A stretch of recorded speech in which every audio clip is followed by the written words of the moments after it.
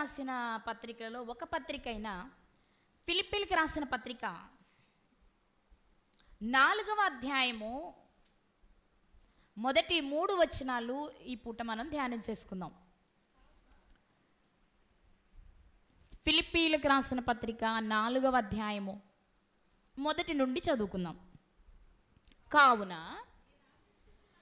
నేను అపేక్షించు నా ప్రియ సహోదరులారా, నా ఆనందమును నా కిరీటమునయ్యున్న నా ప్రియులారా, ఇట్లు ప్రభువునందు స్థిరులై ఉండుడి. ఫిలిప్పీ సంఘంతో పౌలు గారు చెప్తున్నారు, నేను అపేక్షించు నా ప్రియ సహోదరులారా. ఫిలిప్పీ సంఘంలో ఉన్నవారట ఆయనకి చాలా ఇష్టమంట. నేను అపేక్షించు, నేను ఇష్టపడే, అదేనా, నేను అపేక్షించు నా ప్రియ సహోదరులారా, నాకు ఇష్టమైన, నాకు ప్రియమైన, నేను కోరుకున్నటువంటి నా సహోదరులారా. ఎందుకు అంత పెద్ద మాట వాడుతున్నారు తెలుసా? నా ఆనందమే మీరు, నా కిరీటమే మీరు. నిజమా అంటే అవును. ఒక ఆత్మీయ తండ్రికి నశించిపోతున్న ఒక ఆత్మను దేవుని వైపు తీసుకొచ్చి దేవునిలో బలపరుస్తూ దినదినము బలమైన ఆహారాన్ని పెడుతూ పోషిస్తున్న తండ్రికి ఆ పిల్లలు చక్కగా ప్రవర్తిస్తూ ఉంటే చాలా సంతోషంగా అనిపిస్తుంది. అంతెందుకు మన లోక సంబంధంగా ఆలోచన చేద్దామండి. మనం మన పిల్లలకి మంచి బలమైన పౌష్టికాహారాన్ని అందిస్తున్నాం అనుకోండి, వాడు దాన్ని తిని చక్కగా హెల్దీగా ఉన్నాడు అనుకోండి, మనం పెట్టినందుకు కానీ మనకు చాలా సంతోషంగా అనిపిస్తుంది. ఏంటి వీడికి రోజు జీడిపప్పు బాదం పప్పు పెడుతుంటే ఎంత బలిసిపోతున్నాడు అనుకుంటామా? వాడు మంచిగా బలంగా ఉండాలనే కదా మనం పెట్టాం. మనం పెట్టినందుకు కానీ వాడు మంచిగా బలంగా ఉన్నాడు అనుకోండి, అమ్మయ్య నా కష్టం ఫలించింది, నేను కోరుకున్నది నా బిడ్డ విషయంలో జరిగింది అని సంతోషపడతాం కదా, అంతేనా? పౌలు గారికి కూడా అంట ఆయనకున్న ఆనందం ఏంటో తెలుసా? ఆయన సంపాదించుకున్న, ఆయన కనుక్కున్న పిల్లలేనట. ఏ ఆధ్యాత్మిక తండ్రికైనా అదే ఉంటుంది. ఈ శరీర సంబంధమైన తండ్రైనా, ఆత్మ సంబంధమైన తండ్రైనా, ఆత్మలకు తండ్రైనా, ఎవరికైనా అసలు సిసలైన ఆనందం ఏదయ్యా అంటే తన పిల్లలు సత్యమును అనుసరించి బ్రతుకుతున్నారు అని వినడం కంటే మించిన సంతోషం ఉండదు. యోహాను గారు తన పత్రికలో రాస్తూ ఇదే మాట చెప్తారు. ఒకసారి సందర్భం వచ్చింది కదా, ఒకసారి చూద్దామా? పత్రిక యోహాను గారు రాసిన 3వ పత్రిక ఒకే అధ్యాయం ఉంటుంది, అందులో 4వ వచనాన్ని చూద్దాం. నా పిల్లలు సత్యమును అనుసరించి నడుచుకొనుచున్నారని వినుట కంటే నాకు ఎక్కువైన సంతోషం లేదయ్యా. నేను సంతోషించే వాటిల్లో అతి ప్రాముఖ్యమైనది ఏంటి అంటే, నేను సంతోషించే వాటిల్లో ముఖ్యంగా నాకు అనిపించే విషయం ఏంటి అంటే, నేను కన్న నా పిల్లలు సత్యమును అనుసరించి బ్రతుకుతున్నారన్న మాట నేను వింటే అంతే చాలు.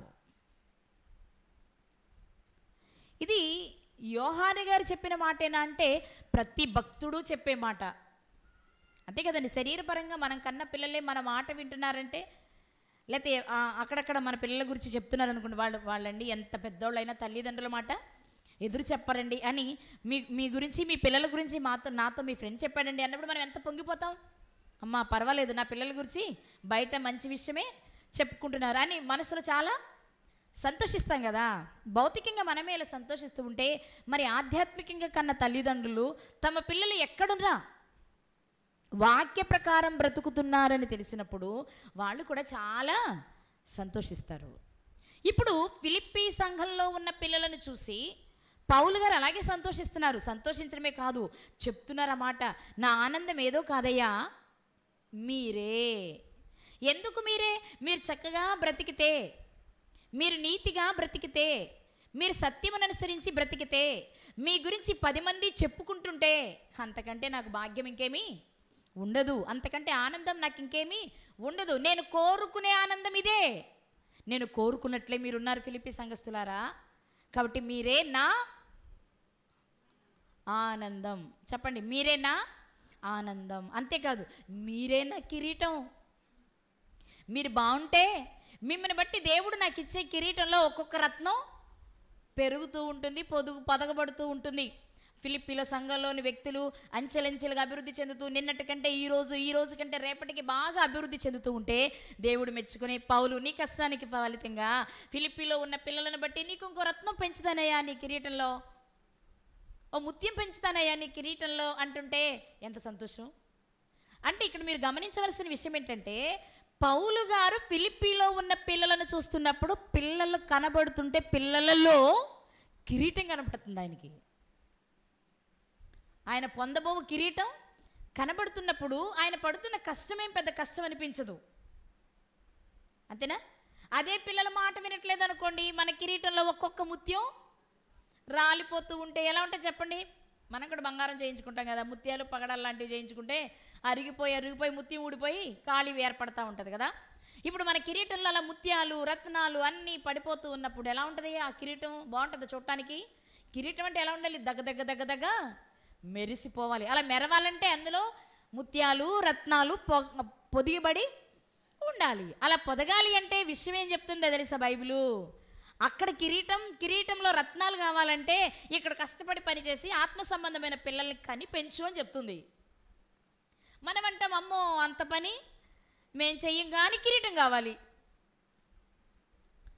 పని చెయ్యంగానే ఏం కావాలి? కిరీటం కావాలి. ఆయన అంటున్నారు పని చేసిన వాళ్ళకే కిరీటం అంటూ ఎంత ధైర్యంగా పౌలు గారు చెప్తున్నారు తెలుసా? ఇక్కడ మీరు జ్ఞాపకం చేసుకోవాల్సిన విషయం, నా కొరకు నీతి కిరీటం ఉందన్నారే, ఆ మాట అంత ధైర్యంగా చెప్పడానికి కారణం ఏంటో తెలుసా? ఆయన కన్నా పిల్లలను చూసి ఆయనకి ఆ ధైర్యం కదా.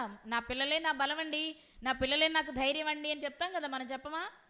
మనం ఒక స్థాయికి వచ్చిన తర్వాత మన పిల్లలు చక్కగా ఉన్నప్పుడు మనం ఎదుటివారికి చెప్పే మాట ఏంటి? ఏం చూసుకొని రామయ్య గారు మీకు ఎంత ధైర్యం అంటే, నాకేంటండి పిల్లలు ఉన్నారు, ఎదిగిన పిల్లలు ఉన్నారు, నా పిల్లలు నా మాట వింటారు, అంతకంటే ఇంకా గొప్ప ఆస్తి ఏం కావాలి? వాళ్ళే నా ధైర్యం, వాళ్ళని చూస్తే నేను ఈ పనిలో ముందుకి వెళ్తున్నాను అని చెప్తాం కదా. పౌలు గారు కూడా నా కొరకు నీతి కిరీటం ఉంచబడి ఉందని చెప్పే మాట చెప్పేటప్పుడు తాను ప్రయాసపడడంతో పాటు తన ప్రయాసకు తగినట్టుగా ఫలాన్ని చూస్తున్నారు ఆయన. ఫిలిప్పీలో ఉన్న సంఘంలో ఉన్న పిల్లలను చూసినప్పుడు ఆయనకు ఒక ధైర్యం. అదేంటి అంటే, ఈ పిల్లల వలన నా కిరీటంలో రత్నాలు పెరుగుతాయే తప్ప తరగవు. ఎందుకంత ధైర్యంగా చెప్పగలుగుతున్నారంటే, ప్రతిరోజు వాళ్ళని చెక్ చేసుకుంటున్నారు. ఎలా ఉంది వీళ్ళ ఆధ్యాత్మిక జీవితం, వీరు ప్రార్థనలో గడుపుతున్నారా, వాక్యంలో గడుపుతున్నారా, సహవాసంగా ఉంటున్నారా? మనకు కూడా అర్థమైపోద్ది కదా. 4 రోజులు వరుసగా రాలేదంటే ఎక్కడో వెనకబడుతున్నారు అని మనకు అర్థమైపోద్ది. అన్నిటికీ ముందుంటున్నారు అంటే ఓకే దగ్గరగానే ఉన్నారు అని మనకు అర్థమైపోద్ది కదా. పౌలు గారు కూడా ప్రతి సంఘంలో ఉన్న ప్రతి బిడ్డను, ప్రతి విశ్వాసిని ప్రతి క్షణం తన విశ్వాసాన్ని పరీక్షించుకోవడంతో పాటు తాను రక్షించిన పిల్లల విషయంలో కూడా శ్రద్ధ తీసుకున్నారు. తాను రక్షించిన పిల్లలే కాదు, తాను కట్టని సంఘాలలో ఉన్న పిల్లల కొరకు కూడా ఆయన ఉత్తరాలు రాసిన వ్యక్తి కదా. మనకు తెలుసు, మొదటిసారి ప్రయాణం చేయగానే రెండవసారి ప్రయాణానికి వెళ్ళబోయే ముందు ఆయన చెప్పిన మాట ఏంటి తెలుసా? మనం రక్షించి వచ్చిన వాళ్ళందరి దగ్గరికి మరొకసారి వెళ్ళి పరామర్శించొద్దాం. ఇంత జాగ్రత్త తీసుకున్నాడు కాబట్టే ఏ సంఘాన్ని బట్టి ఏ పేరు వస్తుందో ఈజీగానే అర్థమైపోద్ది కదా. స్కూల్లో కూడా అంతే కదండి. పలానా టీచర్ బాగా పాట చెప్తే ఆ క్లాస్ మీద ఒక నమ్మకాన్ని పెట్టుకుంటాడు హెచ్ఎం. పలానా టీచర్ గారి క్లాసు బాగుంటుందండి, అక్కడ పిల్లలు బాగా చదువుతారు, వాళ్ళు బాగా మంచిగా చదివిస్తారు అని ఒక నమ్మకం ఉంటుంది. ఏ డిపార్ట్మెంట్ తీసుకున్న అంతే. ఇక్కడ పౌలు గారు చెప్తున్న మాట ఏంటి తెలుసా? నేను స్వచ్ఛమైన ఆనందాన్ని అనుభవించడానికి కారణం మీరే. 2, ఆ కిరీటాన్ని చూసి మురిసిపోతున్నానే, అసలు నా కిరీటమే మీరు. కాబట్టి నా కిరీటంలోని రత్నాలు జారిపోకుండా ఉండాలంటే మీరు స్థిరంగా ఉంటేనే. అటు తిరిగి ఇటు తిరిగి వచ్చి ఏం చెప్తున్నారు ఆయన కింద? ప్రభువునందు స్థిరులై అంటే అస్థిరంగా ఉండడానికి, పడిపోవడానికి, జారిపోవడానికి ఆధ్యాత్మిక జీవితంలో ఎక్కువ అవకాశం ఉంటుంది. ఎందుకంటే మనం రక్షించబడిన తర్వాత అపవాది టార్గెట్ మనమే. ప్రతి క్షణం మన చుట్టే తిరుగుతాడు. ఎప్పుడు దొరుకుతాడా, ఏ విషయంలో దొరుకుతాడా, ఎక్కడ ఇరికిద్దామా, ఎక్కడ వెనకబడేలా చేద్దామా, ఎక్కడ అడ్రస్ లేకుండా చేద్దామా, ఎక్కడ గల్లంతయ్యేలా చేద్దామా అని చూస్తూ ఉంటాడు. ఎక్కడైనా ఒక్క చోట అవకాశం దొరికితే చాలు మనల్ని అల్లాడిచ్చేస్తాడనమాట. అవునే కదండి. నిజం. అందుకే ఆయన చెప్తున్నమాట, ఇదిగో మీ మీద నేను ఒక నమ్మకాన్ని పెట్టుకున్నాను, మీ మీద నాకు కొన్ని ఆశలు ఉన్నాయి. ఫిలిప్పీలో సంఘ పరిస్థితులు ఏంటండి అని నన్ను ఎవరైనా పౌలు గారు ఫిలిప్పీలో సంఘ పరిస్థితులు ఏంటండి, భలేవాళ్ళండి. ఆ సంఘంలో పిల్లలు చాలా బాగుంటారండి, చాలా బాగుంటారు. రేపు ప్రభువు ముందు నేను నిలబడాలి అంటే, ప్రభువు ముందు నీ యోగ్యునిగా ఉండాలి అంటే, ఆయన మెచ్చుకుని నాకు కిరీటం పెట్టాలంటే, ఆ కిరీటంలో ప్రధాన పాత్ర ఎవరిది అంటే ఫిలిప్పీ సంఘందే అని చెప్తున్నారు ఆయన. ఎంత చెప్తున్నా ఆయనకు చిన్న బాధ అనిపించింది. ఎందుకంటే నా కిరీటంలో ముత్యాలు పోకూడదు కాబట్టి, ఆ ముత్యం పోకుండా ఉండాలంటే సరి చేసుకోవాల్సిన విషయం కూడా చెప్పాలనుకున్నారు. నిజంగా పౌలు గారండి చాలా ముక్కుసూటిగా అనిపిస్తారు. ఆయన పత్రికలు మనం చదువుతూ ఉంటే మోమాటము లేని బోధ చేసిన వ్యక్తిగా కనబడతారు ఆయన కదా. అన్నెందుకు ది బెస్ట్ ఎగ్జాంపుల్ పేతురు గారిని నిలదీసేశారు కదా. గల్తీ పత్రికలు చదువుకుంటాం మనం. పేతురు గారు అన్ని జనులతో కలిసి భోజనం చేస్తుంటే ఆ మారు రూపంలో ఉన్న ఆ పేతురు గారిని గుర్తుపట్టలేదు ఈయన. తీరా దగ్గరికి వెళ్ళి ఈయన చూసి ఆయన చల్లగా జారుకుంటుంటే అందరి ఎదుటనే నిలబెట్టేశారట. ఆ నిలబెట్టిన సంగతి కూడా మళ్ళీ గర్వంగా చెప్పుకున్నారు పౌలు గారు. అంటే ఆయన మనసేంటి, అబ్బా నేను కాబట్టి పెద్దవాడిని ఎదిరించానని కాదు, నేను ఒక తప్పుని సరి చేయగలిగాను, అంతవరకే చూశారు వాళ్ళు. అందుకే వాళ్ళు భక్తులయ్యారు. వాళ్ళని కించపరచాలనేది వాళ్ళ ఉద్దేశం కాదు, వాళ్ళని తక్కువ చేయాలనేది వీళ్ళ ఉద్దేశం కాదు. కానీ పెద్దవారైనా చిన్నవారైనా తప్పు జరిగినప్పుడు వెంటనే గద్దించకపోతే, సరి చేయకపోతే తీవ్రమైన నష్టానికి గురి కావాల్సి వస్తుంది. అద్భుతమైన విషయం చెప్పనా, పౌలు గారు గద్దించడమే కాదు, ఆ గద్దింపును పేతురు గారు ప్రేమతో స్వీకరించారు. అది గొప్ప విషయం. ఆ తర్వాత పేతురు గారు పత్రికలు రాస్తూ, మన సహోదరుడైన పౌలు రాసిన పత్రికలు చాలా కష్టం, అది అర్థం చేసుకోవాలంటే ముందు స్థిరత్వం ఉండాలి, ఆ తర్వాత విద్య ఉండాలి అని మాట్లాడుకుంటూ వచ్చారు. అంతేగాని ఆ పౌలా పిచ్చి పౌలు, ఆయన చెప్తే మనం వినేయాలేంటి? అసలు చిన్న పెద్ద ఉందా పౌలుకి? నేను ఎంత పెద్దోడిని, నన్నే 10 మందిలో నిలబెట్టేశాడు. పెద్దవాళ్ళని నిలబెట్టేయడం అది గొప్ప కార్యమా? అనొచ్చా లేదా పేతురు గారు? చిన్న పెద్ద లేకుండా మాట్లాడేశాడు. పోనీ చెప్పేది ఏదో చాటుగా తీసుకెళ్ళి చెప్పాడా? అందరి ఎదుటే నిలబెట్టేశాడు. అది పెద్ద గొప్ప విషయమా? నా వయసు కన్నా విలువనివ్వాలి కదా. నేను ఎవరితో ఉన్నాడిని? ప్రభుతో ఉన్నటువంటి శిష్యుని కదా. ఇప్పుడు వచ్చి లింగిలు ఇటుకమంటూ అందరి ముందు నిలబెట్టి చెప్పేసి మళ్ళీ ఏదో పెద్ద గొప్పని డప్పేసుకుంటున్నాడు అని చెప్పొచ్చు. కానీ పేతురు గారు అలా తీసుకోవాలా? నేను చేసింది తప్పే కదా, నేను చేసింది తప్పు కాబట్టే కదా సరి చేయాల్సి వచ్చింది. నేను తప్పే చేయకపోతే పౌలలా మాట్లాడవలసిన అవసరత లేదు కదా. ఎంత మంచి అండర్స్టాండింగ్. అందుకే వాళ్ళు భక్తులయ్యారు. సరిచేసేవారు, అమ్మో పేతురు గారు చాలా పెద్దోడు కదా, నేను ఇలా అప్పుడు సరిచేస్తే అందరూ నా మీద పడిపోతారేమో, పెద్ద నువ్వు ఆయనకి చెప్పేంత తోడువా, నీది నువ్వు చూసుకో, అసలు నీ బ్రతికేంటో తెలుసా, ముందు నువ్వు ఎలాంటి తోడువో తెలుసా, నువ్వు ఒక హంతకుడివి, నువ్వు ఒక దుర్మార్గుడివి, నువ్వు పెద్ద చెప్పొచ్చావా, నీ ఎంత దుర్మార్గ పనులు పేతురు గారు ఏం చేయలేదులే అంటారేమో అని పౌలు గారు అనుకోలా. నన్ను ఇంత మాట అన్నాడు కాబట్టి ఏంటి ఆయన గురించి చెప్పేది అని ఈ మీటింగ్ ఆ మీటింగ్కి వెళ్ళాక ఈయన గురించి చెడుగా చెప్పి కనిపించగానే హలో బ్రదర్ పౌలు గారు వందనాలు అని షేక్ హ్యాండ్ ఇచ్చే పరిస్థితి పేతురు గారు చేయలా. చాలా యథార్థమైన భక్తిని చేశారండి వాళ్ళు. అందుకే చరిత్రలో మంచైనా చెడైనా వాళ్ళు ఎందుకు ఏ పరిస్థితులు చేశారు, వాళ్ళ ఉద్దేశం ఏంటి, వాళ్ళ ఇంటెన్షన్ ఏంటి అలా మాట్లాడడం వెనుక అనేది మనం తీసుకోవాలి. దేవుడు అదే తీసుకున్నారు వాళ్ళ విషయంలో. కాబట్టి ఇక్కడ కూడా పౌలు గారు మోమాటం లేకుండా మాట్లాడుతున్నారు. ఇదిగో మీ మీద నేను చాలా నమ్మకాన్ని పెట్టుకున్నా, ఫిలిప్పీలో ఉన్న సంగమా, మీ మీద నాకు నమ్మకం ఎందుకో తెలుసా, ఒకనాడు లూదియా నేను మాటలు చెప్తుంటే వింది, తను బ్రతుకును మార్చుకుంది, కుటుంబ బ్రతుకును మార్చింది, ఫిలిప్పీలో ఒక గొప్ప సంఘం కట్టడానికి కారకురాలు అయింది, స్త్రీలు తలుచుకుంటే దేనినైనా చేయగలరని నిరూపించింది. కాబట్టి ఫిలిప్పీలో ఉన్న సంఘమైన మీరు చాలా జాగ్రత్తగా మంచిగా బ్రతుకుతారనే నమ్మకం నాకుంది. ఏమయ్యా పౌలు, నీ సంఘాలన్నింటిలో నీకు ఏది నచ్చిన సంఘం అయ్యా అంటే నేను మీ పేరే ముందు చెప్పాలనుకుంటున్నాను, కానీ నాకు ఎక్కడో చిన్న వాసన వచ్చిందయ్యా మీ గురించి, అది నేను చెప్పాలనుకుంటున్నాను, వినండి అని చెప్పారు. అని చెప్తూ 2వ వచనంలో మాట్లాడిన మాట, ఫిలిప్పీలకు రాసిన పత్రిక 4వ అధ్యాయము 2వ వచనంలో, ప్రభునందు ఏక మనసు గలవారై ఉండుడని యువోదియాను సుంటికేను బతిమాలు కొనుచున్నాను. ఏంటి పౌలు గారు బ్రతిమలాడుతున్నారట ఎవరిని? యువోదియాను సుంటికేను. ఏమని బ్రతిమలాడుతున్నారు? మీ మిగిలిన విషయాలు నాకు అనవసరం, కానీ ప్రభునందు మాత్రం మీరు ఏక మనస్సు కలిగి ఉండాలి. అంటే ఆయన కిరీటంలో అమూల్యమైన రత్నాలను ఇచ్చే ఫిలిప్పీ సంఘంలో కేవలం 2 స్త్రీల వలన ఆ కిరీటంలోని ఒక ముత్యం రాలిపోయే స్థితిలో ఉంది. ఇంకా రాలేదులే, కానీ ఎక్కడ రాలిపోద్దో అని బ్రతిమలాడి చెప్తున్నారు ఆయన. ఇదిగో ప్రభునందు ఏక మనస్సు కలిగి ఉండమని యువోదియాను సుంటికేను బ్రతిమాలుకుంటున్నానని చెప్పరు. ఏమండి, పౌలంత మహాశయుడు బ్రతిమలాడుకోవాలా? చెప్పండి, బ్రతిమలాడుకోవాలా? బ్రతిమలాడుకోవాలి. కిరీటం ఆయనకే కదా, మరి కిరీటం ఎవరికి? మరి అప్పుడు ఏం చేయాలి? తప్పదు. మనమైతే ఏమనుకుంటామో తెలుసా? ఎన్నిసార్లు చెప్పాలి? నేను కూడా చాలా సందర్భాలు ఏదైనా విషయం ఎన్నిసార్లు చెప్తాం, చెప్పి విసుకొచ్చింది అనిపిస్తుంది. కానీ ఈ మాట ధ్యానం చేస్తుండే అనిపించింది, వాళ్ళ కోసం కాదురా బాబు, నా కిరీటం కోసం మనం బతిలాడుకోవాలనిపించింది. బైబిల్ అనిపిస్తుంది, నిజంగా బైబిల్ ముందు మనకే చూపిస్తుంది. ఇదివరకు కూడా ఎవరైనా మన విషయంలో తప్పు చేస్తే క్షమాపణ చెప్పాలంటే 1 సారి 2 సార్లు 3 సార్లు, ఆ జీవితకాలం అంతా అంటే కుదరకపోద్ది అనిపించేది.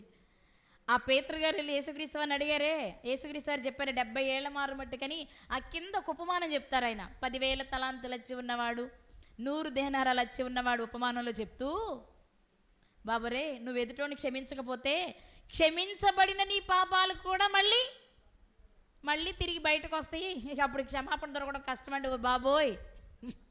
ఆడి కోసం కాదు, కానీ మన పాపాలు క్షమించబడడం కోసమైనా ఎదుటివాడితో సమాధానంగా ఉండటం మంచిది అనిపించింది.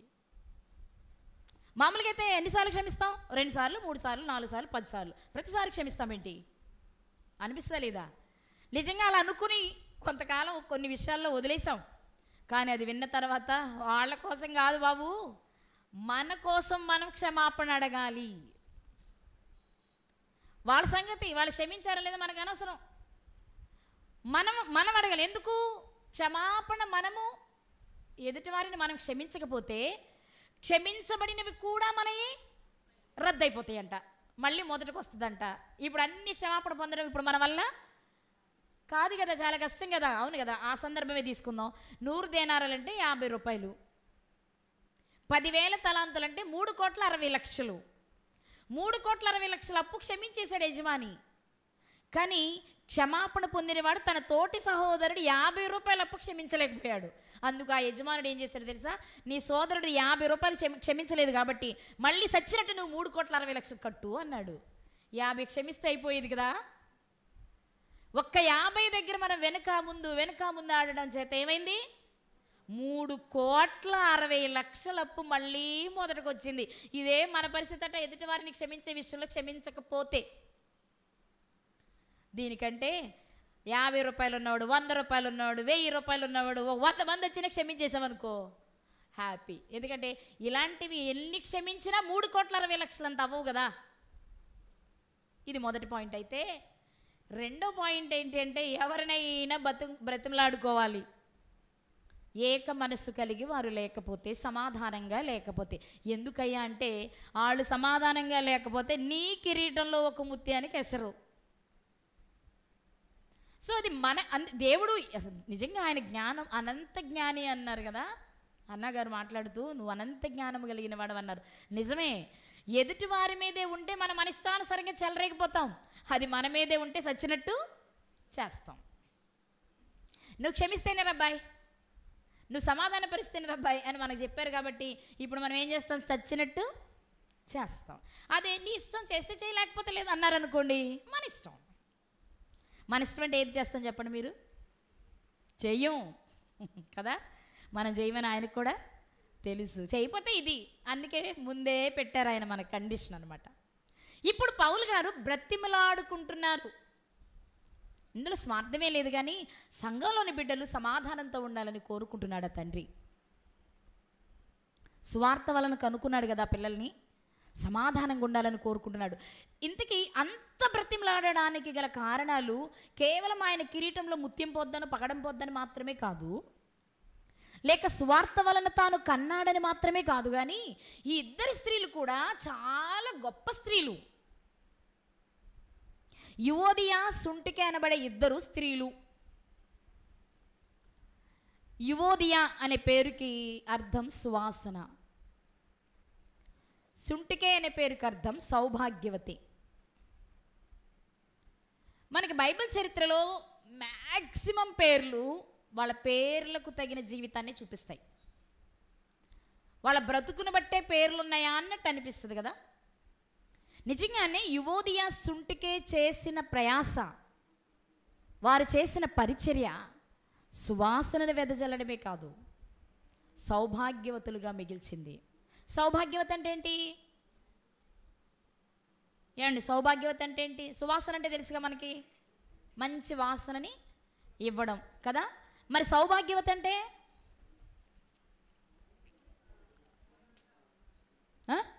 భాగ్యవతి లేక సౌభాగ్యవతి అంటే మన పెళ్లి కార్డులో చూస్తాంగా, చీలా సౌ, చిరంజీవి లక్ష్మి సౌభాగ్యవతి అంటే నిండు నూరేళ్ళు మంచి సిరి సంపదలతో పిల్లా పాపలతో ఉండాలి. సౌభాగ్యము అంటే పిల్లలు, సంతానాన్ని కలిగి ఉండడాన్ని సౌభాగ్యవతి అంటారు. ఎక్కువ మంది పిల్లలు ఉన్న తల్లిని సౌభాగ్యవతి అంటారు. అన్ని కార్యక్రమాలకు వాళ్ళనే పిలుస్తారు కదా. ఆ పిల్లలు దుర్మార్గులైనా, ఆ పిల్లలు దుష్టులైనా, నలుగురు పిల్లలు ఎక్కువ ఉంటే మన దృష్టిలో ఆవిడ సౌభాగ్యవతి. ఎందుకంటే దేవుడిచ్చే బహుమానాలు కదా పిల్లలంటే. అన్ని బహుమానాలు పొందుకున్న తల్లిగా మనం గౌరవిస్తాం. అర్థమైందండి? ఇది నా మాటే కాదు. జిల్పా, లేయాదాసి అయిన జిల్పా యాకోబునకు రెండవ కుమారునిగా అన్నప్పుడు ఆషేరు గారి పేరు పెట్టేటప్పుడు ఆమె చెప్పిన మాట, నన్ను భాగ్యవంతురాలు అనాలి అందరూ, కాబట్టి ఈ బిడ్డకి నేను ఆషేరు అని పేరు పెడతాను అనుకుంది. అంటే తనకొక పిల్లలు పుట్టారు, తన దాసి వలన పిల్లలు పుట్టారు, అందరికంటే ఎక్కువ మంది పిల్లల్ని సంపాదించుకుంది. కాబట్టి ఇక నాకు తిరుగులేదు, నేను ఎవరిని? భాగ్యవంతురాలను, భాగ్యవతిని, సౌభాగ్యవతిని. అర్థమైందా? ఇప్పుడు సుంటికే గారి పేరు కూడా సౌభాగ్యవతి. కానీ మీరు ఇక్కడ గమనిస్తే ఇద్దరు కలిసి పరిచర్య చేయడమే కాదు, ఇద్దరి పేర్లకు కూడా మంచి అర్థం ఉందన్నమాట. వీరు సువాసనను వెదజల్లుతూ, సువాసన ఎలా వస్తుంది? సువార్తను వెదజల్లిన సువార్త వలన అనేక మంది రక్షించబడితే అదే వీళ్ళ జీవితాలకు పరిమళాన్ని ఇవ్వడం కదా. అంతేనా? పరిమళము ఏది నిజంగా 4 రోజులు నిలిచే పరిమళం? సువార్తను వెదజల్లడం వల్ల ఒక వ్యక్తి రక్షించబడితే ఆ రక్షింపబడిన వ్యక్తుల నుండి వచ్చే పరిమళమే సువాసన. ఇక అనేక మందిని కనడమే భాగ్యం కదా. అంటే సువార్త ప్రకటించి అనేక మందిని సంపాదించుకున్నారు అనే అర్థంతో కూడిన పేర్లే వీళ్ళిద్దరివి. ఓకేనా? వీళ్ళట ఎందుకు మరి ఇంత పరిచర్య చేసిన వాళ్ళు, ఎంత పని చేసిన వారు ఎందుకు ఏక మనసు కలిగి లేరు అంటే మనకు తెలీదు. నేను చెప్పనా, 1000 మంది పురుషుల్ని చూడొచ్చేమో కానీ ఒక స్త్రీ దగ్గర చాలా కష్టమని మహాజ్ఞాని అయిన సొలొమోను గారు చెప్పారు. ఎందుకంటే 1000 మంది పురుషులున్న కొట్లాట్లు ఉండవు, ఒకవేళ ఉన్న మళ్ళీ కలిసిపోతారు. ఇంకా నిజం చెప్పనా, నేను ఆడపిల్లైనా నిజం చెప్పనా, అసలు ఆ కొట్లాట కారణమే మనం. ఎక్కువ శాతం అదే జరుగుద్ది. వీళ్ళు ఇంటి దగ్గర కూర్చొని కొట్లాడుకుంటారు, ఏదో ఒకటి గొడవ పెట్టుకుంటారు, పిల్లల గురించో, సరిహద్దుల గురించో, కూరల దగ్గర, వేట దగ్గర వచ్చేస్తుంది. వీళ్ళు పోట్లాడి అలిపొచ్చి సాయంత్రం వరకు ఎదురు చూస్తారు. భర్త ఇంటికి గుమ్మలోకి రాగానే, వచ్చారా రండి, మీకు ముఖ్యమైన విషయం చెప్పాలి. మంచినీళ్ళు ఇస్తూ అదే, టీ ఇస్తూ అదే, స్నాక్స్ ఇస్తూ అదే, స్నానానికి నీళ్లు పెడుతూ అదే, వచ్చి కూర్చుని రిలాక్స్ అవుదామని. కానీ ఏం ఆలోచించాను నేను దాని నుంచి వాగుతున్నాను, మీకేం వినబట్లేదా కదా. ఏక మనస్సు లేకపోవడానికి కారణం మ్యాక్సిమం స్త్రీలే అవుతారు అనడానికి బెస్ట్ ఎగ్జాంపుల్ వీళ్ళు. వీళ్ళు ఎలాంటి వారు అంటే 3వ వచనంలో రాయబడిన మాట, అవును నిజమైన సహకారి. ఆ స్త్రీలు ఎవరాయి? ఆ స్త్రీలు యువోదియ, సుంటికేలు క్లెమెంతుతోనూ నా ఇతర సహకారులతోనూ సువార్త పనిలో నాతో కూడా ప్రయాసపడిన వారు. వీళ్ళెవరట? సువార్త పనిలో పౌలు గారితో ప్రయాసపడిన వారంట. ఇంకా బాగా చెప్పనా, 1 క్లెమెంతుతోనూ, 2 ఇతర సహకారులతోనూ, 3 పౌలు గారితోనూ. 3 టీముల వారికి 3 వ్యక్తులకు సహకారాన్ని అందించిన స్త్రీలట వీరు. అంటే ఎంత గొప్పోళ్ళు. క్లెమెంత్ గారు వెళ్తున్నారు అటు పరిచర్యకి అనగానే, ఏమండి మీతో మేము వస్తామండి, కాసేపు మీతో పని చేస్తామండి అని అటు వెళ్ళిపోయి పనిచేసి ఆయనకు కావాల్సిన పరిచర్యను చేసేవారట. పౌలు గారి సహకారుల్లో మరి కొంతమంది ఉన్నారు కదా, ఆయనకి సహకారులు ఉన్నారా? తిమోతి గారు, తీతు గారు, సీల గారు, బర్నబా గారు, ఇలాంటి వాళ్ళందరూ ఉన్నారు కదా. వీళ్ళంతా ఎవరైనా కొన్ని టీములుగా బయలుదేరి వెళ్తూ ఉంటే, ఏమంటే మేము ఖాళీగా ఉన్నాం, మమ్మల్ని కూడా రమ్మంటారా, మేమేమైనా మీకు సహకరించగలమా, పరిచర్య చేయగలమా? ఏం లేదండి, మీ చెప్పే మాటలు ఒక చెవిని వింటూ కావాలంటే అక్కడికి వచ్చిన వాళ్ళకి భోజనాలు ఏర్పాటు చేస్తామండి, ఇల్లు ఊడుస్తామండి, తడుగుడు పెడతామండి, మేము కూడా వస్తామండి అని ఇటు వెళ్ళేవారట. లేదు వాళ్ళు వెళ్ళిపోయారు వీళ్ళు వెళ్ళిపోయారంటే పౌలు గారు బయలుదేరుతుంటే మీతో కూడా మమ్మల్ని రమ్మంటారా అని అడిగేవారట. క్లెమెంతుతోనూ నా ఇతర సహకారులతోనూ సువార్త పనిలో నాతో కూడా ప్రయాసపడిన వారు 3 వర్గాల వారికి పరిచర్య చేయడానికి పరిగెత్తిన స్త్రీలు వీళ్ళు. పరిచర్య చేయడానికి పరిగెత్తారంటే ముందు అసలు ప్రభు దగ్గరికి రావాలి కదా, రావాలి వద్దా? మనకు తెలిసింది ఏంటి? రక్షణలోనికి వచ్చిన వారు సత్క్రియను చెయ్యాలి, అంతేనా? ఇప్పుడు మీరు ఆలోచించండి, ఫిలిప్పీలో ఉన్న సంఘానికి పౌలు గారు ఉత్తరం రాస్తున్నారంటే పౌలు గారి కాలం అది, అంటే 1వ శతాబ్ద కాలం. 1వ శతాబ్దంలో రక్షణ పొందాలి అంటే స్త్రీలకు ఎంత భయంకరమైన పరిస్థితి ఉండేది?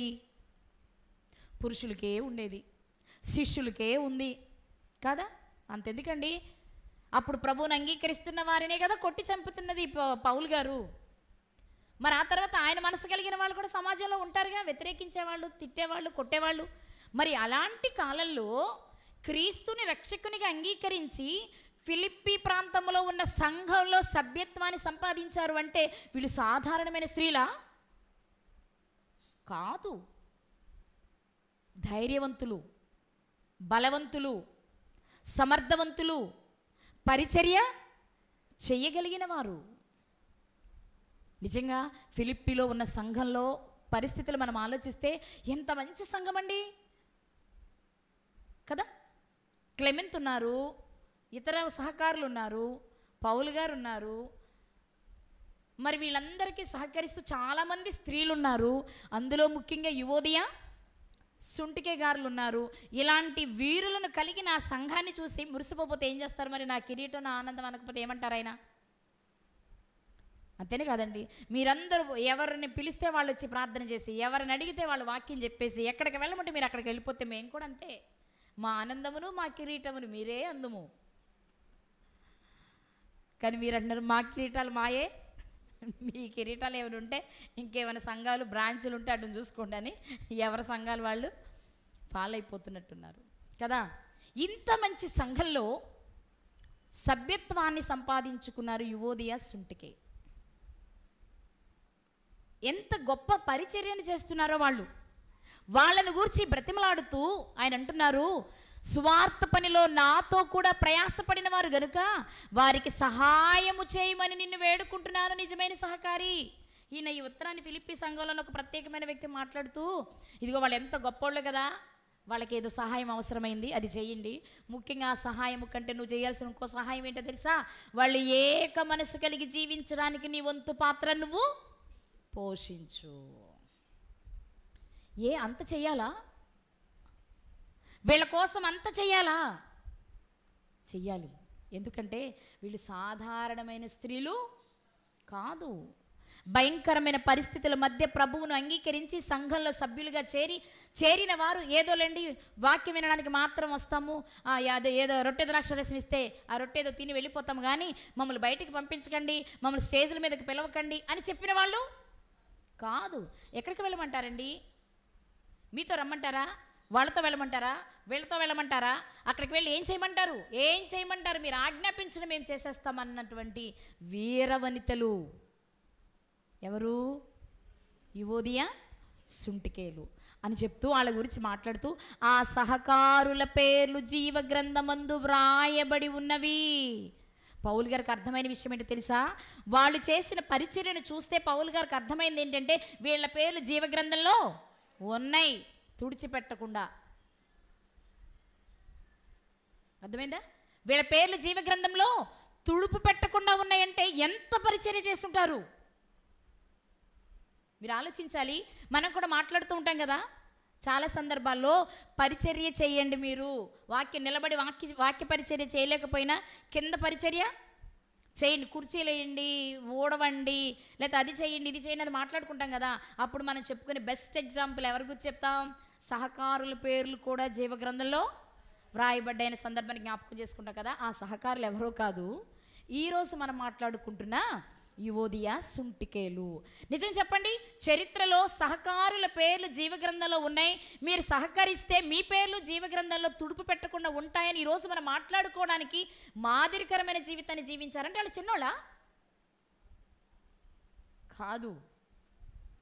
ఎవరెవరితో సహకరించారో చెప్పారైనా, ఎలాంటి సహకారాన్ని అందించారో చెప్పారైనా, సహకారం అందించడం వలన జరిగిందేంటో కూడా చెప్పారైనా. ఇలాంటి స్త్రీలు ఏక మనసు కలిగి లేకపోవడం వలన చాలా ప్రమాదం. పెద్ద ఓడను కట్టారు, పెద్ద సముద్రంలోనే వెళ్తుంది, కానీ పెద్ద తుఫాన్ వచ్చింది.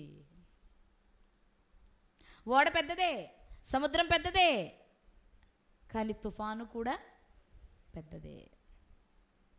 మరి ఈ పెద్ద ఓడ పెద్ద సముద్రంలో కాపాడబడాలి అంటే, తుఫాను సమస్యల నుంచి బయటపడాలి అంటే చాకచక్యంగా డ్రైవరు పనిచేయాలి, నావికుడు పనిచేయాలి, ఓడ నావికుడు పనిచేయాలి. ఆ పనే ఇప్పుడు పౌలు గారు తీసుకున్నది. ఫిలిప్పీ అనే సంఘం ఒక పెద్ద ఓడైతే, ఆ సంఘంలోని స్త్రీలు కానీ పురుషులు కానీ పరిచర్య చేసేవారు కానీ గొప్పవాళ్ళని మనం అనుకుంటే, ఆ గొప్ప సంఘము అనబడే ఆ ఓడకు ఒక చిన్న చిల్లుబడింది ఈ యువోదియ సుంటికేల వలనే. అదేంటి అంటే, నిన్నటి వరకు అన్నిటికీ కలిసి చేశారు, ఇప్పుడేమో ఆమె ఏమంటుంది, అది అంటుందా, అయితే వద్దు. ఇదివరకు ఎలా ఉండేది? యువోదియ ఒక చోట, సుంటికే ఒక చోట ఉన్నారు అనుకోండి. ఉదాహరణకు ఊహిద్దాం మనం. యువోదియ దగ్గరికి వెళ్ళామా, క్లెమెంట్తో పరిచర్యకి వెళ్దామా అంటే, వెళ్దామండి, సుంటికే కూడా వస్తానంటుందా, వస్తుందిలే నేను చెప్తే వస్తుంది, ఏమే సుంటికే వెళ్దామా. అప్పుడు ఇప్పుడు యువోదియ దగ్గరికి వెళ్ళి అడిగామనుకోండి, మీరు సుంటికే దగ్గరికి వెళ్ళారా, వెళ్ళామండి, ఏమంది, క్లెమెంట్తో వెళ్దాం, అయితే వద్దు, పౌలు గారితో వెళ్దాం. ఇది మన జీవితంలో కూడా జరిగాయి కాదంటారా? మనం బాగానే ఉంటాం, కానీ మనకు నచ్చకపోతే ఏం చేస్తాం, పార్టీ మార్చేస్తాం. ఇది మనకున్న జబ్బే. కానీ మీకు విషయం చెప్తా, ఇది చిన్నదే అనుకుంటున్నారేమో, ఇది చిన్నది అనుకుంటున్నారేమో, కానీ ఆ పెద్ద ఓడను ముంచేసేంత పెద్ద సమస్య. పౌలు గారు చాలా మురిసిపోతూ గంతులేస్తున్నారు, నా కిరీటం అద్భుతం, అన్నిటితో అలంకరించబడింది, మెరిసిపోతుంది కదా. కానీ అందులో మధ్యలో ఉన్నటువంటి రత్నం ఒకటి రాలిపోయే స్థితిలో ఊగిసలాడుతుంది. ఇప్పుడు దాన్ని ఫెవికిక్తో అంటించాలి. అందుకని అంటున్నారు, బాబు ఈ సంగతి చెప్పు, యువోది అనే సుంటికని ఏదో రకంగా కలిసిపోమనయ్యా, ఒక మాట మీదకి రమ్మను, ఒక మనసు కలిగి ఉండమను. నిజమా? ఏక మనసు లేకపోతే అంత ప్రమాదమా? ప్రమాదం అండి, చాలా ప్రమాదం. మనం విచిత్రం ఏంటో, ఇతరితర విషయాలన్నిటికీ ఏక మనసుతో నెపాలు చెప్తాం, చెప్పాల్సిన చోట ఏక మనసు ఉండదు కదా.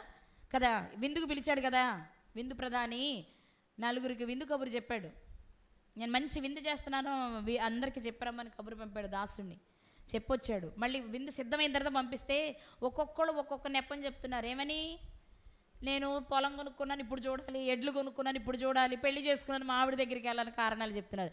ఇవన్నీ ముందు చేయకుండానే కొనేసుకున్నారా? ఇవన్నీ కొనుక్కోవచ్చేమో మధ్యలో వాళ్ళు మాట్లాడి, కానీ పెళ్లి చేసుకుంటారా? అసలు చేసుకుంటారా? చూడాలి, 10 మందిని ఎంక్వైరీ చేయాలి, మనం ఎలాంటి వాళ్ళమైనా ఎదుటోళ్ళు బాగుండాలి కదా. అక్కడ రాయబడద్దండి వాళ్ళ గురించి, లూకాసువార్త 14వ అధ్యాయంలో, ఏక మనస్సుతో నెపములు చెప్పసాగిరి. అవసరం లేని దాని కొరకు అందరూ ఏకమైపోయి ఒక మాట మీదకి వచ్చేస్తాం. యేసుక్రీస్తు వారి విషయం కూడా అదే కదా. ఆయన్ని సిలువేసి చంపేయాలంటే ఏక మనసుతో ఏక కంఠంతో మాట్లాడారు, సిలువ వేయము సంహరించుము అని కదా. అదే మంచి విషయం అయితే అది మంచి పని రా, మనమందరం ఏకమై మనమైనా సరే కలిసికట్టుగా ఈ పని చేద్దాం అనేవాళ్ళు ఉండరు. అలా ఉన్నవాళ్ళు ఒకే ఒక్క జనాంగం, ఒకే ఒక్క చోట జరిగింది. అది ఎక్కడ తెలుసా? యోనాతాను గారు తన తండ్రికి తెలియకుండా తేనెను తిన్నప్పుడు, వాళ్ళ తండ్రి ఇచ్చిన శాపను గురించి యోనాతాను గారికి తెలియదు పాపం. అందరూ ఉపవాసం ఉండాలని చెప్పారు ఆయన. ఈయన తెలియక అక్కడ మంచి తేనె కనిపించగానే తన కర్ర కొన ఉంచి ఓ చుక్క తిన్నారు. అబ్బా, అందుకే అసలు ఆశ్చర్యకరంగా మారిపోయాడంట ఆయన. పాపం అక్కడ పరిస్థితులన్నీ అననుకూలంగా ఉండి సౌలు గారికి అర్థమైపోయింది. ఏమని? నేను చెప్పిన మాటను ఎవడో మీరే సరే, అది ఎవరైనా సరే బాబు శిక్ష మాత్రం తప్పదనగానే యోనాతాన్ గారు వచ్చి భయంగా బాబు నేనే చేసిందని చెప్పారు. అంటే ఆల్రెడీ చీటీలు వేశారు, ఆయన పేరు వచ్చింది, ఆయన తెలిసింది. అప్పుడు ఇశ్రాయేలు ప్రజలందరూ మన కొరకు కష్టపడిన ఇతను చనిపోవడానికి వీలు లేదు అని కలిసికట్టుగా ఏక మనసుతో ప్రార్థన చేశారండి. ఆ విపత్తు నుండి యోనాతాన్ గారిని బయట పెట్టేలా చేశారు. అది కావాలి ఏ సందర్భంలోనైనా, ఏక మనస్సు కావాలి. ఎందుకు ఏక మనస్సు అంటే, ఇదిగో ఏక మనస్సుతో చేస్తే నిజంగా ఎంత దేవుని దగ్గర కదా సౌలు గారు మాటిచ్చింది. కానీ ఆ దేవుని దగ్గరే బ్రతిమలాడి మరి ప్రాణాన్ని కాపాడుకున్నారు.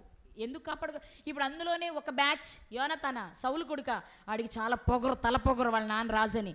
అక్కర్లా, వాళ్ళ నాన్న ఇచ్చిందే కదా, నెరవేరాల్సిందే అన్నారు అనుకోండి, అప్పుడు పరిస్థితి మరోలా ఉండేది. కానీ అక్కడ పరిస్థితి బాగుండడానికి కారణం ఏంటి అంటే ఏక మనస్సు కలిగి ఉన్నారు కాబట్టి కదా. అంటే ఏక మనస్సుతో ఉంటే ఎంత అసాధ్యం అనుకున్న విషయమైనా ప్రార్థించి సాధ్యము చేసుకోవచ్చు. ఎందుకంటే దేవుడు కరుణిస్తారు. అందరూ ఒకే పార్టీ కదా, మరి చేసేది ఏముంది, ఏకగ్రీవంగా చేయడానికి ఉంటుందన్నమాట అవకాశం. ఇక్కడ నిజమైన సహకారి అని ఒకరున్నారు, అది పేరు రాయబడలేదు మనకి. ఆ నిజమైన సహకారికి చెప్తున్నారు.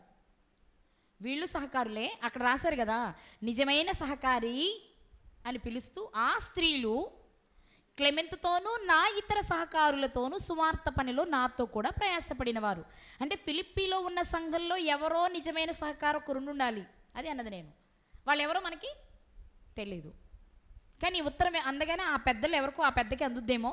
ఆ చదివినప్పుడు ఆ విషయం అతనికి అర్థం కావాలి కాబట్టి ఆ సంఘంలో ఉన్న యువోదియ సుంటికేని ఏక మనసు కలిగి ఉండమని ఇది నా మాటగా చెప్పు, నేను బ్రతిమలాడి చెప్పానని చెప్పు అని ఆయన చెప్తూ ఉన్నారనమాట. ఇక్కడ మనం ఆలోచించవలసిన ఒక్క విషయమే చెప్పుకొని మనం ముగించుకుందాం. ఏంటి ఇక్కడ ప్రాముఖ్యమైన విషయం అంటే, వీళ్ళు మారు మనసు పొంది రక్షణ పొంది సంఘంలో చేరిన వారే. ఎవరు? యువోదియ సుంటికే. సంఘంలో చేరడమే కాదు, సంఘంలో చేరిన దగ్గర నుండి అలుపెరుగక ప్రయాసపడుతున్నవారు.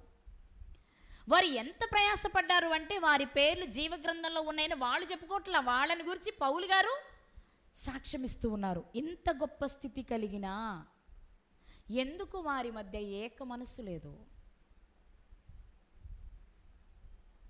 అంటే సాతాను జీవగ్రంథంలో నుండి మన పేరు తుడిచివేసుకునే లాంటి పరిస్థితులు కల్పిస్తుంది. ఆ పరిస్థితులకు ఎక్కువ ఉపయోగపడేది ఏంటి అంటే అహం. ఇంత చేశారు కాబట్టి ధైర్యవంతులు అనుకుంటున్నాం మనం, మంచిదే. ఇంత చేశారు కాబట్టి బలవంతులు అనుకుంటున్నాం, మంచిదే. ఎంత చేశారు కాబట్టి వీళ్ళు అసలు సాధారణమైన స్త్రీలు కాదు, గొప్ప స్త్రీలు అనుకుంటున్నాం, మంచిదే. దేనిని బట్టి ఇవన్నీ చేయగలిగారు, ఇవన్నీ చేయడాన్ని బట్టి వారికి ఉన్న అహం కొంచెం పెరిగింది. అందుకని ఆమె చేయగలదా, నేను చేయలేనా? ఆమె చెప్తేనే మీరు వింటారా, నేను చెప్తే వినరా? నిన్నటి వరకు మా ఇద్దరిది సమాన పాత్రే కదా, మా ఇద్దరిది ఒక మాటే కదా, ఇప్పుడు వేరైతే ఇద్దరు మాట మీరు వినాలి కదా. ఏమొచ్చింది? ఒక సన్నటి పొర అడ్డొచ్చింది. అది చిన్నదే, కానీ ఇక్కడ ఒక విషయం మనం గమనించగలిగితే, ఇన్ని పనులు చేయగలిగినా, ఇంత గొప్ప స్థాయి కలిగిన, పరిశుద్ధ గ్రంథంలో పేరుంది, జీవ గ్రంథంలో పేరున్నా, ఏక మనస్సు లేకపోవడం అనే ఒక బలహీనత ఈరోజు వారిని ఎలా మార్చింది అంటే, అలా ఉండకూడదు అని నేర్పే స్థాయికి వెళ్ళిపోయింది. యువోదియ సుంటికే వలే ప్రయాసపడండి అని చెప్పుకోవడం కంటే, యువోదియ సుంటికే వలే భిన్న మనస్కులే ఉండొద్దని చెప్పుకునే స్థాయిలో మిగిలిపోయారు వాళ్ళు కాదా. ఈ లెటర్ రాస్తున్నప్పుడు, మనం చదువుకునేటప్పుడు ఆయన ప్రారంభించినదే, ఇదిగో యువోదియ సుంటికే సహకారులుగా ఉన్నారు, ప్రయాసపడ్డారు, జీవగ్రంథంలో ఉంది, కానీ ఈ చిన్న లోపం ఉంది అని చెప్పడం కంటే, లోపాన్నే ముందు చెప్పిన తర్వాతే వాళ్ళ మంచిని చెప్పారు పౌలు గారు. అంటే వాళ్ళు చేసిన మంచి పనులన్నిటినీ మించిపోయింది వాళ్ళల్లో ఉన్నటువంటి ఆ ఏక మనస్సు లేకపోవడం అనే గుణం కదా. చాలాసార్లు మనం చేసే మంచి కూడా చిన్న చిన్న విషయాలలో మొత్తం కోల్పోతూ ఉంటాం. ఏది తీసుకోండి మీరు, నిన్నటి వరకు బాగా ఉండి ఈరోజు పడిపోయాము, చెడిపోయాము, నశించిపోయాము అంటే మీరు టోటల్గా తీసుకోండి, ఫైనల్గా చివరికి వెళ్తే కనిపించేది అహం, గర్వం. నేను ఇంత చేస్తే, నేను అంత సహకరిస్తే, అసలు నాదే అనుకుని నేను చేస్తే చివరికి నన్ను ఏం చేశారు, ప్రక్కన పెట్టేశారు. ఆ మనసు వచ్చిందే, నేను నేను నేను నేను నేను చేస్తే నేను చేస్తే నేను చేస్తే అని వచ్చిందే. నువ్వెందుకు చేసావు? నువ్వెవరికి చేసావు? మనుషులకి చేసావా? దేవునికి చేసావు కదా. మరి దేవునికి చేసిన తర్వాత నేను చేస్తే అనేది ఎందుకు వచ్చింది? అంటే మనకు తెలియకుండానే మనల్ని రాంగ్ ట్రాక్లోకి నడిపించేశాడు వాడు. దేవుని కొరకే చేస్తారు చేసేటప్పుడు, దేవుని కొరకే చేస్తున్నామని చెప్తారు చేసేటప్పుడు, కానీ ఎక్కడైనా చిన్న విభేదం జరగగానే అది దేవుని కొరకు చేశాను కదండి, అవెందుకు అని అంటామా? నేను ఎంత చేశానండి, నేను ఎంత ఇచ్చానండి, నేను నేను నేను నేను నేను అందుకే చెప్తున్నా, అన్ని సమస్త కీడులకు మూలం ధనాపేక్షలాగో సమస్త కీడులకు మూలం కూడా అహం, గర్వం. అర్థమైందా మీకు? గర్విష్ఠులు ఆయనకి ఎందుకు అసహ్యం అనుకుంటున్నారు? ఆ ఒక్క చిన్నదే సర్వ జీవితాన్ని నాశనం చేస్తుంది కనుక. అందుకే ఈరోజు ఇంత గొప్ప పరిచర్య చేసిన స్త్రీలై ఉండి ఆ రోజుల్లో గొప్ప గొప్ప మహానుభావుల దగ్గర పరిచర్య చేసిన వారికి ఏక మనసు లేకపోవడం వలన పౌలు గారు ఇప్పుడు బ్రతిమలాడుకోవాల్సి వస్తుంది. దేవుడు ఈరోజు మనకు నేర్పించేది కూడా ఇదే. మనం బాగా పాడుతున్నామా, బాగా ప్రసంగాలు చేస్తున్నామా, బాగా డబ్బులు ఖర్చు పెడుతున్నామా, పెద్ద పెద్ద మీటింగులు చేస్తున్నామా, అనేక మందిని పోగు చేసుకొస్తున్నామా, అనేక వేల రూపాయలు ఖర్చు పెడుతున్నామా, మంచిదే చెయ్యి. కానీ నువ్వు చేసేటప్పుడు నేను చేస్తున్నానని చెయ్యకు. నాదెంతుందండి, సముద్రంలో నీటి బొట్టు లాంటిదండి. ఏదో దేవుడు నాకు ఇచ్చిన దానిలో నేను ఆయన కొరకు ఏదో చేయాలనుకున్నా, అబ్బాయి నాకంటే గొప్పగా చేసేవాళ్ళు చాలామంది ఉన్నారండి అనే మనస్సు నీకున్న రోజు నువ్వు నిజంగా దేవుని దృష్టిలో హెచ్చింపబడతావు. నేను చేసినట్టు ఎవరు చేస్తున్నాడు, నేను చెప్పినట్టు ఎవరు చెప్తున్నారు, నేను పాడినట్టు ఎవరు పాడుతున్నారు అనుకున్నావో, ఇదిగో కిరీటం నీ తల్లిదండ్రులు ఇప్పుడు నీ కాళ్ళు పట్టుకుని బ్రతిమలాడాలి. వాళ్ళ కిరీటం పోకుండా ఉండుటకు ఇక్కడ మనకు నేర్పిస్తున్న పాఠం, యువోదియాని సుంటికే గారిని చూపిస్తూ మనకు నేర్పిస్తున్న పాఠం ఏంటో తెలుసా? నువ్వు ఎంత గొప్ప స్థాయి కలిగిన వాడవైనా చివరిలో చిన్న లోపం నీలో కనిపిస్తే దాన్నే చూపిస్తుంది. ముగింపే కదా దేవునికి కావాలి, అవునా కాదండి? మీకు మనం చాలాసార్లు చెప్పుకునే తెల్ల చొక్కా వేసుకున్నాం, ఎక్కడో మధ్యలో నల్ల బురద చుక్క, ఒక్క చుక్క పడింది అనుకోండి, అబ్బా చొక్కా ఎంత బాగుంది అంటావా? బాగున్న చొక్కాని గురించి ఆలోచించాం, ఏమండి ఈ నల్ల మచ్చ ఏంటండి అని అడుగుతాం. ఇంత పరిచయం చేసిన ఈ స్త్రీల గురించి సహకరించండి, వాళ్ళ పేర్లు జీవగ్రంథాలు ఉన్నాయని చెప్తూనే వాళ్ళల్లో ఒక లోపం ఉంది, అది సరిచేసుకోవాలి, ఇది నా మాటగా చెప్పు, నేను బ్రతిమలాడుతున్నానని చెప్పు. వారు ఆ లోపాన్ని సరిచేసుకుని ఏక మనసు కలిగి ఉంటే నాకు మరింత సంతోషం, సంఘానికి క్షేమాభివృద్ధి అని చెప్తున్నారు పౌలు గారు. ఈరోజు మన ముందు పెట్టింది ఎందుకు అంటే, మనం చాలా విషయాల్లో బాగున్నామేమో, కానీ ఏదైనా ఒక్క విషయంలో లోపంగా ఉన్నామేమో. ఆ ఒకటి ఏదైనా కావచ్చు, కానీ అది ఏంటి అనేది మనం నేర్చుకోవాలి. కానీ ఏదో ఉంది కాబట్టి ఈరోజు దేవుడు మనతో ఈ విషయాన్ని మాట్లాడుతున్నారు.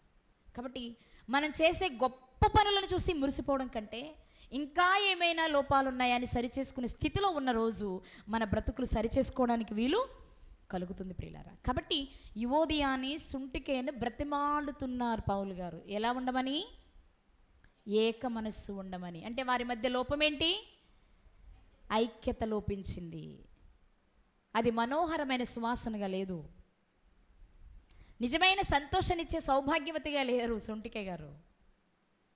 పేరుకు మాత్రమే ఉన్నారు, కానీ ఆ సువాసనకి ఎక్కడో కదా మనం చదువుతాం కదా, ఏంటది, చచ్చిన ఈగ, బుక్కావాని తైలంలో చచ్చిన ఈగలాగా బోళ్ళు తైలం ఉంది, కానీ ఏక మనసు లేకపోవడం అని చచ్చిన ఈగ వీరి మధ్యలోనికి వచ్చి చేరింది. ఇప్పుడు బుడ్డంతా కంపు, సంఘమంతా కంపు కదా. యువతిని అడగండి, సుంటికని అడగండి అనే స్థాయిలో నుండి అమ్మో ఏమో ఈమెమంటదో ఈ మాట చెప్తే, ఆమె ఏమంటదో ఈ మాట చెప్తే అనే స్థాయిలోనికి వచ్చేసింది. కాబట్టి గొప్ప స్థాయిలో ఉన్న సంఘంలో ఉన్న ఈ కలతను గుర్తించిన పౌలు గారు ముఖాముఖిగా ఈ విషయాన్ని చెప్తూ ఉన్నారు. దయచేసి వారు ఏక మనసు కలిగి ఉండాలని నేను బ్రతిమాలుకుంటున్న సంగతి వాళ్ళకి తెలియచేయి. ఒకవేళ వాళ్ళు మరలా కలిసి ఉండకపోతే నా కిరీటం పోవడమేమో కానీ జీవగ్రంథంలో నుండి వారి పేరు తుడిచివేయబడుతుంది. మరి పేరు తుడిచివేయబడకుండా ఉండాలి అంటే, సంఘం మన వలన చెడిపోకుండా ఉండాలి అంటే, మన దైవజనులకు మనల్ని ఆధ్యాత్మికంగా నడిపించే వారి కిరీటంలో ముత్యాలు పోకుండా ఉండాలి అంటే మనం చేయవలసిన పని ఏంటి అంటే ఏంటి? అన్ని విషయాలలో మాదిరికరంగా ఉండడంతో పాటు ఐక్యత కలిగి ఉండాలి. ఎప్పుడు ఎదుటివారు మనకంటే గొప్పవారని మనం భావించగలిగితే ఆ పని చేయడం మనకి చాలా సులువవుతుంది. కాబట్టి మన వలన సంఘానికి చెడ్డ పేరు రాకూడదు, మన వలన దైవజనులకు చెడ్డ పేరు రాకూడదు. మన చేతులతో మనమే జీవగ్రంథంలో నుంచి మన పేరు తుడుపు పెట్టుకోకుండా ఉండాలి అంటే ఏక మనస్సు కలిగి తగ్గింపు స్వభావం కలిగి ఉండాలి. అది లేకపోతే ఎంత గొప్ప పరిచారకుడు అయినా ఫలితం సున్నా. అలా ఉండకుండా దేవుడిచ్చే మంచి ఈవులను పొందుకోవాలి అన్నా, నిత్య జీవాన్ని స్వతంత్రించుకోవాలి అన్నా మనల్ని మనం తగ్గించుకుందాం.